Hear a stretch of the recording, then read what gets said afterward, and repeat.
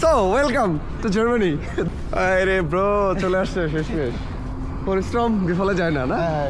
Finally হচ্ছে যে আমাদের দেখা হয়েছে না শেষমেশ। হ্যাঁ, দুজনই হচ্ছে যে চট্টগ্রাম থেকে বলা যায়, আমরা চট্টগ্রাম বিভাগ থেকে।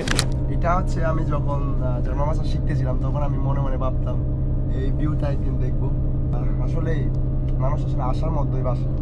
হ্যাঁ, সো আমি একদিন এইভাবে স্বপ্ন দেখেছিলাম, এখন বর্তমানে আমার সব স্বপ্নটা আমার সামনে।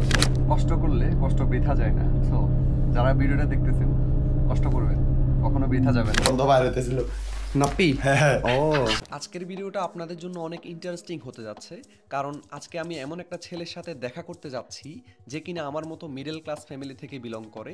আপনারা যারা জার্মানিতে এসেছেন বা আসা ট্রাই করতেছেন তারাই জানেন এখানে সফল হওয়াটা কত কষ্টের। আর সেই সফলতা যদি হয় একটা হাউস বিল্ডিং, তাহলে তো কথাই নেই। হাউস বিল্ডিংয়ে আসা কিন্তু চারটিখানি কথা না, কারণ হাউস বিল্ডিংয়ে আসার অন্যতম চ্যালেঞ্জ হচ্ছে জার্মান ভাষা। আর এই ছেলেটি খাগড়াছড়ি থেকে প্রায় 35 কিলোমিটার দূরে দিঘিনালার ছোট্ট একটি ইন্টারনেটবিহীন গ্রাম থেকে আজকে জার্মানির সবচেয়ে এক্সপেন্সিভ শহর বায়ার্ন মিউনিখে ল্যান্ড করবে। ভাবা যায় কতটা স্ট্রাগল ছিল এর পিছনে, অথচ আজকে তার সব কষ্ট এখানেই সম্পূর্ণ